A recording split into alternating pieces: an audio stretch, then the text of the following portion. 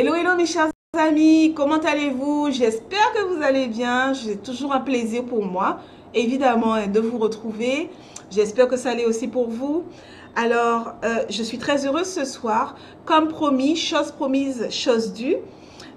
Nous entonnons dès ce soir notre série d'études autour du thème « Comprendre le sanctuaire simplement ». Et oui, nous aurons pour cela plusieurs saisons. La première saison intitulée « Qu'est-ce que le sanctuaire ?» le B.A.B.A. Nous aurons notre deuxième saison « Les services du sanctuaire terrestre et céleste ». Notre troisième saison « Le sanctuaire terrestre, une image du plan du salut en Jésus, une image du plan du salut en nous ». Et enfin, nous terminerons notre série d'études par la quatrième saison, le sanctuaire et les prophéties bibliques. Mes chers amis, je vous assure, c'est un réel plaisir. Je vous invite sincèrement à être attentifs, à suivre chaque épisode, à pouvoir partager avec ceux qui sont autour de vous. Partagez, mes chers amis, car cela est très important aujourd'hui, dans le temps dans lequel nous sommes, de pouvoir comprendre le sanctuaire et l'importance du sanctuaire dans nos vies. Alors, dès ce soir, nous allons commencer avec notre premier épisode. Qu'est-ce que le sanctuaire? Le B.A.B.A. Pourquoi parler du sanctuaire? Pourquoi étudier la question du sanctuaire? Je dirais, mes chers amis, qu'il y a plusieurs raisons à cela. La première raison est que le Seigneur, dans sa grande bonté, dans son grand amour envers l'humanité, nous a donné ce modèle, d'accord, du sanctuaire pour comprendre la plupart des prophéties, les prophéties bibliques, donc, qui se sont réalisées et qui se réalisent encore aujourd'hui. Comprendre le sanctuaire également, si tu veux comprendre quel est le plan de Dieu pour l'humanité, alors mon cher ami, ma chère amie, il te faut absolument étudier la question du sanctuaire. D'autre part, si tu veux comprendre le plan de Dieu particulièrement pour toi, pour ta vie, si tu veux également comprendre comment tu dois te préparer pour le retour de Jésus, alors cela passe nécessairement par l'étude du sanctuaire. Nous pouvons dès maintenant nous poser la question, d'accord, nous avons peut-être compris qu'est-ce que le sanctuaire, surtout que c'est un sujet qui malheureusement devrait être d'ailleurs beaucoup plus étudié, mais au contraire qu'il est de moins en moins. Beaucoup justement de personnes remettent en doute l'existence même du sanctuaire, non pas terrestre mais céleste, mais nous allons en parler, vous inquiétez pas, au cours de nos études, et surtout l'efficacité ou en tout cas l'utilité de comprendre et d'appliquer le sanctuaire dans nos vies. Alors, nous allons déjà commencer par comprendre déjà, vous êtes bien d'accord avec moi, qu'est-ce que le sanctuaire? Pour cela, je vous invite à lire avec moi le psaume 27, le psaume chapitre 27, verset 4. Je demande à l'Éternel une chose que je désire ardemment. Je voudrais habiter toute ma vie dans la maison de l'Éternel pour contempler la magnificence de l'Éternel et pour admirer son temple. Le psalmiste David nous parle de deux choses dans le psaume 27, verset 4. Il nous parle de la maison de l'Éternel et il nous parle du temple de l'Éternel. Premier élément très important, mes chers amis, le sanctuaire est la maison de l'Éternel. Le sanctuaire est la maison de Dieu. Le sanctuaire est le temple de Dieu. Et lorsque nous parlons de sanctuaire, la parole de Dieu, puisque bien évidemment, munissez-vous de votre Bible, toujours comme d'habitude, la parole de Dieu va d'ailleurs appeler le sanctuaire de différents noms, de différentes façons, pour désigner la même chose qu'est le sanctuaire. Alors je vous invite à ouvrir vos Bibles et nous allons lire ensemble Hébreux. Nous allons lire ensemble Hébreux chapitre 9. Hébreux chapitre 9. Verset 1. Hébreux 9, verset 1. C'est bon, vous y êtes? La première alliance avait aussi des ordonnances relatives au culte et le sanctuaire terrestre. Donc, nous voyons que la parole de Dieu nous parle de sanctuaire. Très bien. Et puis, il y a encore une autre dénomination que nous allons voir justement dans le chapitre 2. Du même chapitre, de verset 2, pardon, du même chapitre. Un tabernacle fut en effet construit dans la partie antérieure, appelée le lieu saint, etc., etc. La première partie du verset nous intéresse. Un tabernacle fut en effet construit. D'accord? Donc, dans le chapitre 1, il nous est fait mention du sanctuaire terrestre. Et dans le chapitre 2, on voit une deuxième manière de nommer le sanctuaire, c'est le tabernacle. Autrement dit, que nous parlions de sanctuaire, que nous parlions de tabernacle, nous parlons toujours de la maison de Dieu et du temple de l'Éternel. Nous parlons toujours de la même chose. Ok? Poursuivons avec Exode, chapitre 33, verset 7. Exode, chapitre 33, verset 7. Et je lis. Moïse prit la tente et l'adressa hors du camp, à quelque distance. Il l'appela tente d'assignation, et tous ceux qui consultaient l'Éternel allaient vers la tente d'assignation qui était hors du camp. Vous suivez un petit peu?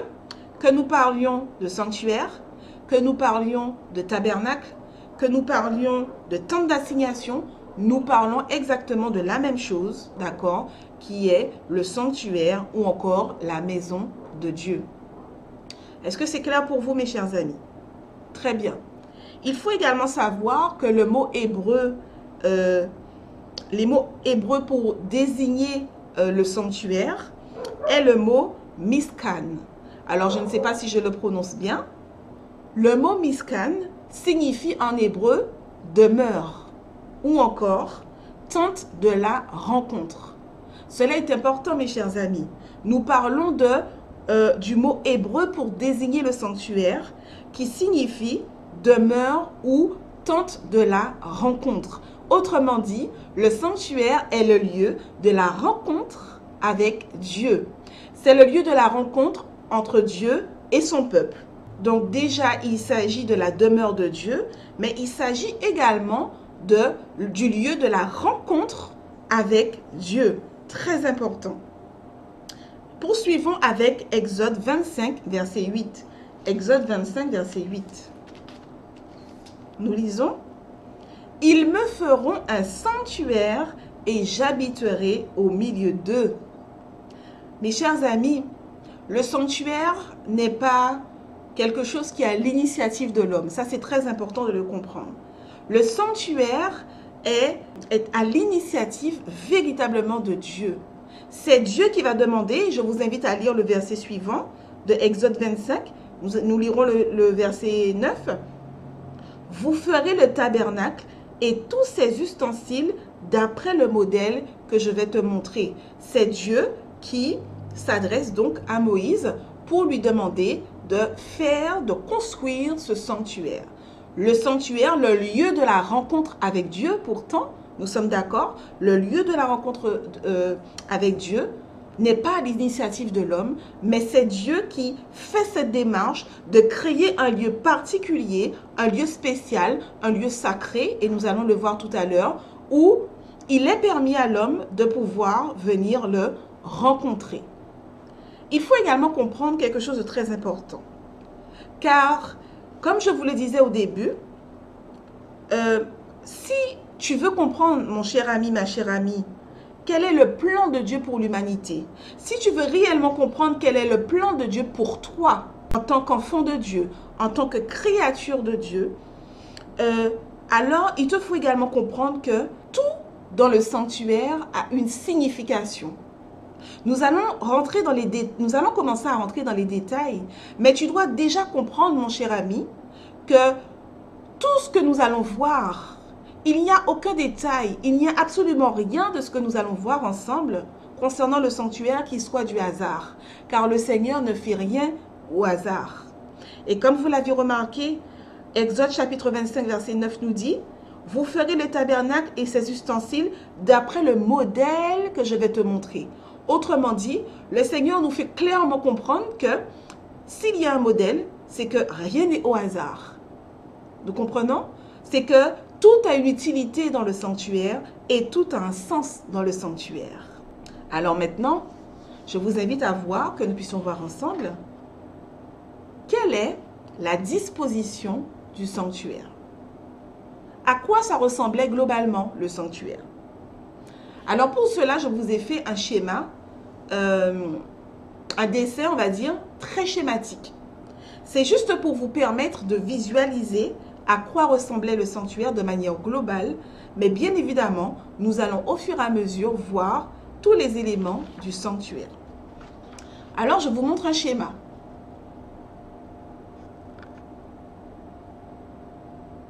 Le voici.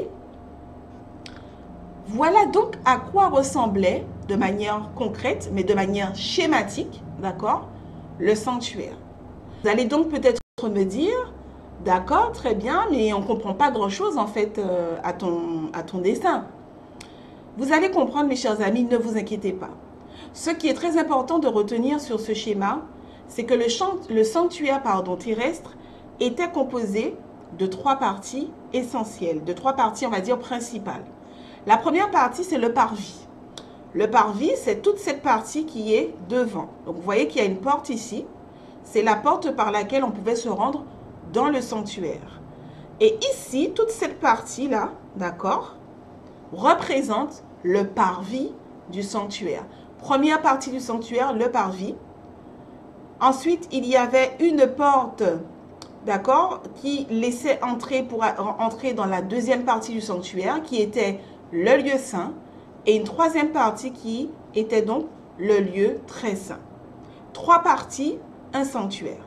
Alors, mon cher ami, ma chère amie, si tu veux réellement comprendre quel est le plan de Dieu pour l'humanité, quel est le plan de vie de Dieu pour toi, quelles sont ses aspirations pour toi, quelles sont ses ambitions pour toi, je t'invite à patienter jusqu'à la deuxième partie de notre étude, la composition du sanctuaire. À très vite.